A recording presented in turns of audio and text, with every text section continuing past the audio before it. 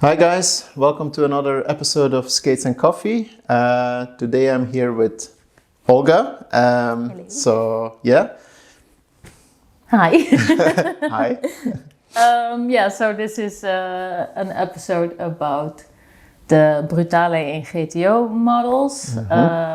We wanted to give a little bit more info on why we're stopping. Yeah, why we stopped producing those models, and we will continue with other things in our life. And a little look back, throwback Yes. of some of the models that we really liked. Exactly. And this brings me to a happy new year for everybody, especially our supporters over the years. It's been a long ride with everybody, I would say. And especially the last months, we have gotten so many emails, very positive emails, and people that are happy and sad at the same time to see the Brutale and the GTO and their legacy, being put to a halt, basically. And so this is also a small reminder that this month, on the 21st, it is the actual last day that you can order a Brutale Custom, a GTO, or a GTO Custom from Adapt brand. Also, these molds will not be sold to anybody. We will keep them. And it's basically, it's an end of an era, I would say, and it is the start of something very exciting and very personal again to us as how we started Adapt in the first place. It's Skates and Coffee. So we just made a coffee out of these lovely handmade mugs that we had donated from Armenia, from Narek. So thank you, Narek. Thank you. And cheers on to the new year, 2024. Lovely. Okay, actually. That's actually good, yeah. Yeah, we have, normally we have a difference between our special made coffee when customers come over and what we normally press on the button with the Nespresso machine. So this is normal Nespresso, but it's not too bad. It's not too bad, yeah. All right, so let's maybe give a small info, a bit more info on what is really happening this year. And maybe you can tell us about it a bit more. Well, maybe you already noticed, but our background is a little bit different than normally. That is because we're remodeling a little bit to make room for more production, basically. Yep. Since all the production of the masterpieces is going to be done here. Well, it always was here, but we're going to probably upscale a bit. Yeah, exactly. Yeah. It was always done here, but the Brutale and GTO were done somewhere else in a different facility. And that's closing in February, sort of. Yeah. We have made a bit more space in the back for more carbon work, more efficient sanding, more efficient. Finally. What do you call it? The spraying, like the painting, lacquer, the finishing of the shells. So we're really excited about that. I've been also working on the carbon, so that's actually, but that's gonna be soon. Well, this year actually already, but it's gonna be quite exciting. We put a lot of time and effort in working together again as a couple, but also in upping the game, I would say. But then more on this later, towards what we're producing in the future is very exciting, I would say. So one thing I want to mention is we said we're going to stop with the Handmade collection. That was because the Brutale and GTO models were part of the Handmade collection. That does not mean we're stopping with handmade skates. It's gonna get more and more. The skates we make are handmade. They're all handmade, we're only continuing with the ones that take the most amount of time and cost the most to produce. But more on that later because it's going to be exciting. It's not like we're going to be only for the elite. More on that later. It's hard to not talk about it but that's for the future. Yeah. So do you want to reminiscence a bit about so it's been how many years? 2012 is when we released the Hermanus one. So it's 12 years of production of or leather-based, let's call it like this, the Handmade collection. So that's quite a long time, especially for a small company as us to keep running it every day. From the Hermanus one to the first Zero, the Hyperskate, the Stealth, the first Stealth, all those, if you go back in time, it's crazy. We were cleaning up not the attic, it's like almost a museum. But we were cleaning it up a bit and like sorting everything. And the stuff we found was just like, oh, remember this, all these crazy small details that we at once tried. That sole plate that is... fully symmetrical. Like it was again, there was like, maybe we should, And there was a special lacing system we developed. Again, like the first straps with the cut to size straps that we came out with, all those small things, all the mountings we tried over the years and like different fibers, the amount of shells we have, like if people in Africa could eat shells, we would save like all those people because we could just serve them carbon shells and Kevlar, but we can't because it's toxic to eat. So anyway, but you have a selection of skates over there, and I have a selection of used skates, but again, they have cool stories. So, what's your favorite? Or do I start at the beginning or you can just start at whatever you want? It's up to you. 2024 is whatever you want. I'm gonna start with this one. Boom. I think this is actually my favorite one. Also the Brutale version of this one. It's the GTO X that we made for our 10-year anniversary. And it has the colorway of the original skate that we first released. So the Hermanus one. So black and gold. And for this one, we went back to the carbon Kevlar shell as well. And I think it just looks really good. It has like all the best parts when it comes to performance, all the development, but then the classy colorway of the original skate. We only made 10 pairs, if I remember. They were sold out like this immediately. Same for the Brutale. So the ones that have a pair have a piece of history. We keep one always from almost every special model. We keep one. And every year we also keep every model for already 12 years and more. So it's turning out to be a museum. It's quite a collection. If you still want the Hermanus, we have them on sale, so call me. No, but it's a very nice skate. I also like we had a different finish on this frame. So it's also a hard anodizing process, but we had them taken out of the machine without deburring or a slight deburr by hand. No sanding, no pearl, it's with pearls. I forgot the name, sorry. So pearl blasting. It's not like sandblasting. So it was a very nice, I would say, the 10-year was quite a big thing with the collection. It had slightly different logo, it had the X on it.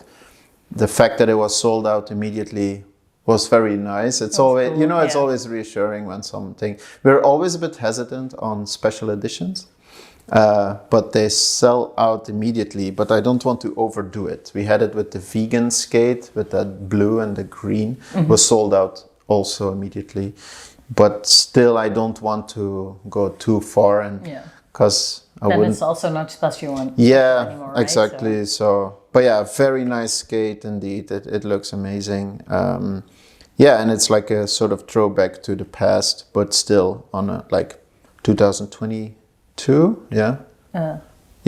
2022 model or 21. I don't know. It's 10 years. 21. It's 21. 21. Yeah. So yeah. And everybody that supported, they got a special book with it. So that was also very nice as a sort of thank you and gift with the skate. So that's pretty cool. All right, what else? Or is it my turn? It's your turn. My turn, okay. What am I gonna take? Okay, so I have, dusty. I have a skate that is very sort of dear to me. I forgot about it until we were cleaning up, and then I was like, "Oh yeah, this is dear to me." But it is. It is actually like an evolution of the Ben Harmanus skate, and it was. There were talks about doing this in a combination with Connie Harmanus and Ben Harmanus. Oh yeah. So it has a the print was not really well done because we were trying out things, but it had the logo like a shield that was going to be for Connie and Ben. Very good friends of ours. We hardly see them these days, but still we're good friends, I would say. And yeah, it has been an honor to work with them in the past. So yeah, this skate is very special because I wanted to try new things. So instead of the leather skates that was also on the inside with the Harmanus, this was one that I was trying out with the air mesh, which evolved over time. The structure became different, and but it had special things. Still like the Velcro, remember that, for the tongue not shifting, and so it was based on the one design. And it had a sole plate on it, but as you can see, it was one of the first hand-drilled 6-mount systems. So these I made after the shell was made, so I was trying out new things with the sole plate. This is actually a piece that you can take off. In the beginning, a lot of people had to get used to the sole plate, which is funny because now it's one of our best-selling items. Thank you, Solomon. For supporting. But so I wanted to try and find a way to fill the heel up, because it's a sole plate that you can switch around. So we made this carbon piece back in the day. I remember that, doing that, shaping it by hand and then putting on the carbon. I think you made one out of clay or something. First we made it out of clay. That's upstairs. We still have that. So we just made it, but actually it ended up not breaking or just being there. After this, I think I skated this boot for a year, and then that's why it's also very special. This skate then went to none other than Rob G, because I don't remember fully, but I think he had one skate and it was slightly too big, or there was something, and he was filming with Jonas. Oh, for State of the Art. And we met up at Winter Clash, me and Rob G, every time we see each other, it's this mutual, we have this picture of us together with him. So that's something that will never go away. So I gave him my personal skates to skate over there. And then I don't know how we got them back. I think Thijs got them back somewhere from... I really can't remember. Anyway, they came back in the end. So Rob G was skating on those. And so that's a nice memory of this skate for me. And that somebody like Rob G, where you look up to in the past, first becomes a friend and then skating on your skates, and he will always be a legend, so that's pretty cool. Okay, you're up. Decisions. Okay, I'm gonna go with this one. Yes. The J-Ba Stealth. Boom, my boy. So our first stealth model, Julian's first pro skate. A big honor. Yeah. Let's say it. Yeah. The man is a freaking legend.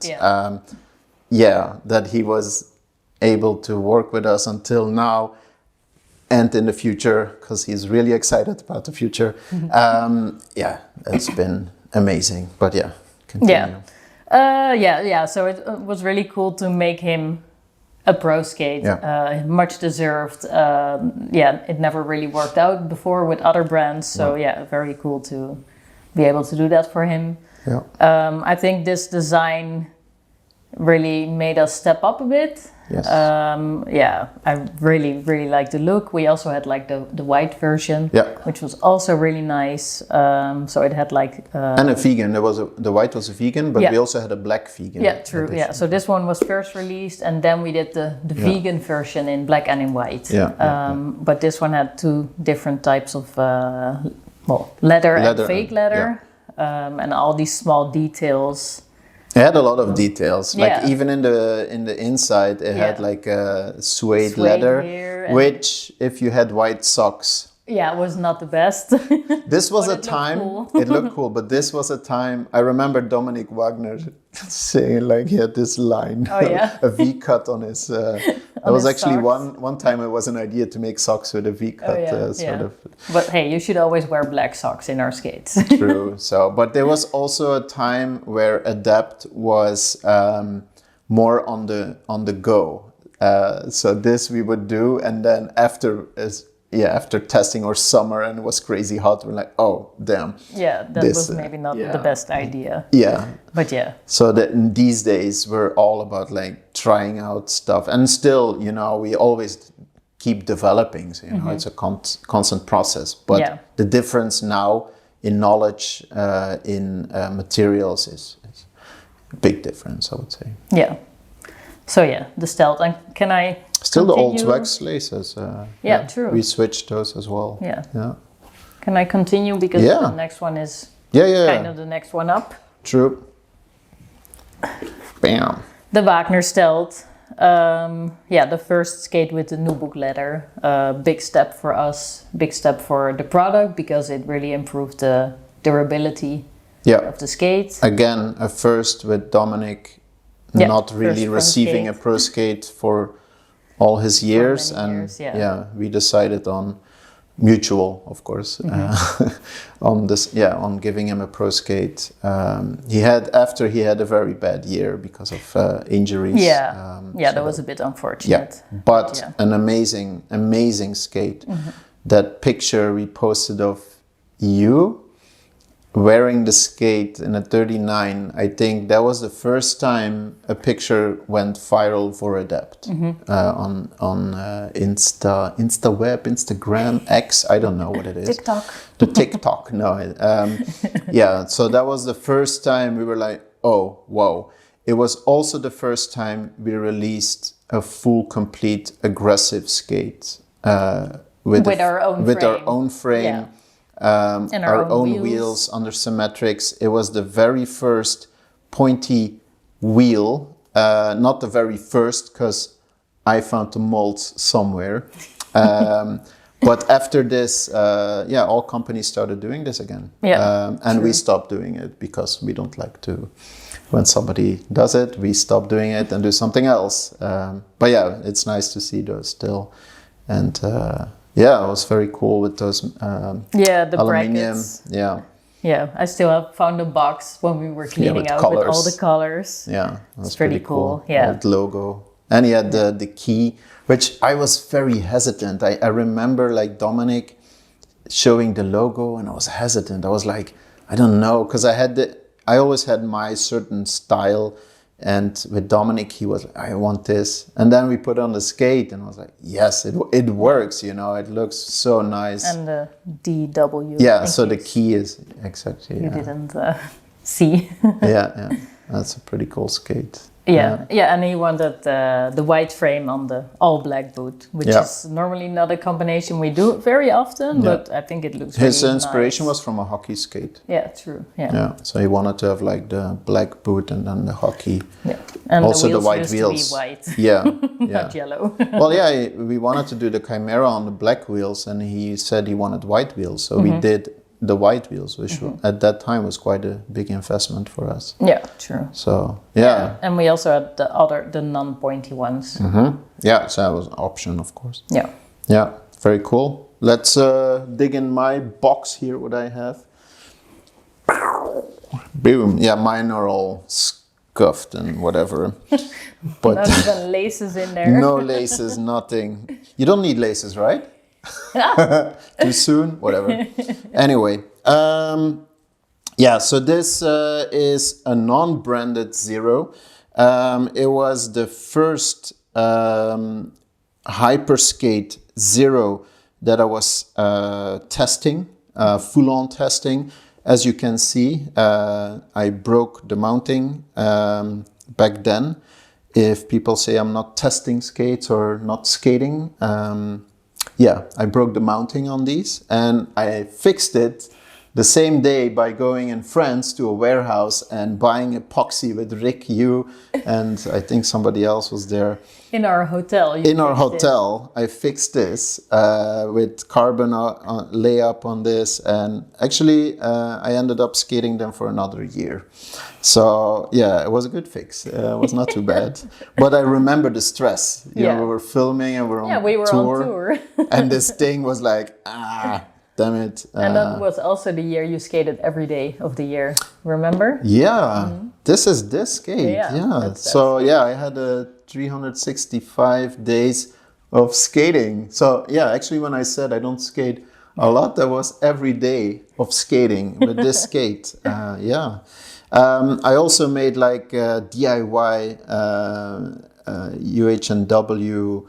It's actually a different material, but we're not saying what it is because it's ours. But yeah, this has like a slider on it, and that was still the crossover period for me when I went to full aggressive to, with my knees and everything, injuries. I was starting to feel like I had to make sort of a switch in life, which I did. But there was still like a transition period where I still wanted to do some grinds. So yeah, this boot was, still really special to me. I really liked this one. It was like perfect fit, you know, adapts at the end of their life.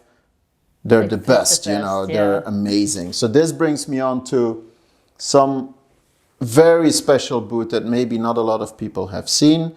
I did used to skate it. It was a continuation sort of from the Zero got released. And of course, then I need something different. I always need something special. It's the same with the Superleggera. Superleggera gets released. I have the FXX. It is how it goes, you know. I need to find new ways to develop new things. So this was one where I actually was looking to make more of an in-between, like an aggressive, but with the free skate feel. Not really an aggressive, but more that you can still do some grinds and have like a fully dedicated free skate. So it's based on the Zero, but it is in no way other than the skin a Zero. So it's a fully different shell, different hardness, super solid. And this actually became sort of the inspiration for the Quattro mount in the end, because when I saw like the flat based bottom, it made me realize this was way more solid than everything we had at the time. So yeah, this for me is I've skated this quite a long time, but I don't remember. But I think after this with the Quattro mount, we made a new prototype with the Quattro mount, and that's the next one I was skating, which was then the GTO Speciale. Oh yeah. And this was sort of with the color, with that leather I was trying out. From the same period as the second J-Ba skate, right? Yeah. With the very dark, almost black. Yeah, and this leather was super nice. So yeah. So this brings back quite a lot of memories. To round things off, 12 years of making these skates, having multiple team riders over these 12 years, a lot of good memories. And in the end, even sometimes at one point, bad memories in the end turn sometimes into good memories, you know. That's life, you know, it adapts, it evolves.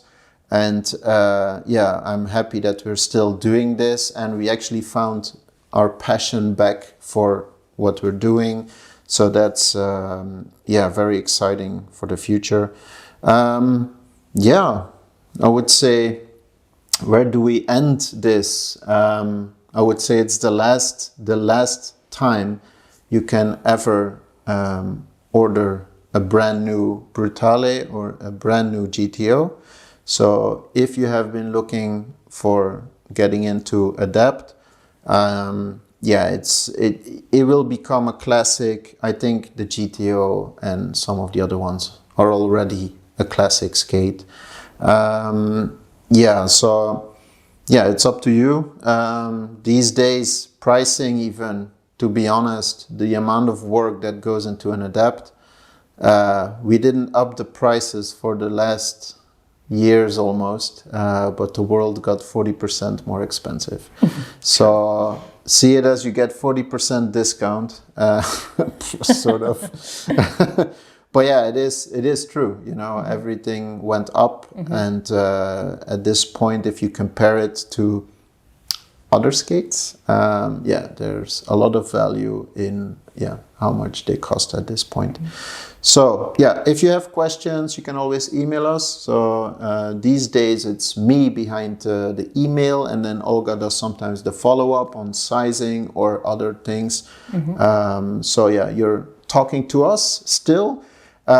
Very important, what I want to say is, even though we will continue with different sorts of Adapts, we always will have love for our skates and what we produced over the years, meaning you can always contact us if you have an Adapt, you're part of the family, and if there is something that needs to be repaired, or I'm not saying send it over, but if there is something, we will always try to help out as much as we can at the best ability that we can.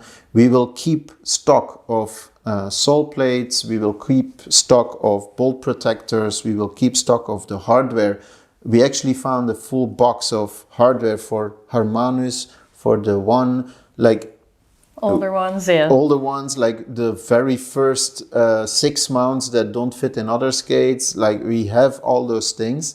That doesn't mean it's on the website, but you can always email us if you really need something. I think it's a nice legacy if we keep a lot of Adapts going. Yesterday I went skating, and a guy was skating on the Ben Hermanus. These skates are 12 years old, you know, and he was rocking it and killing it, you know. It's so nice to see, you know, that somebody's really enjoying them.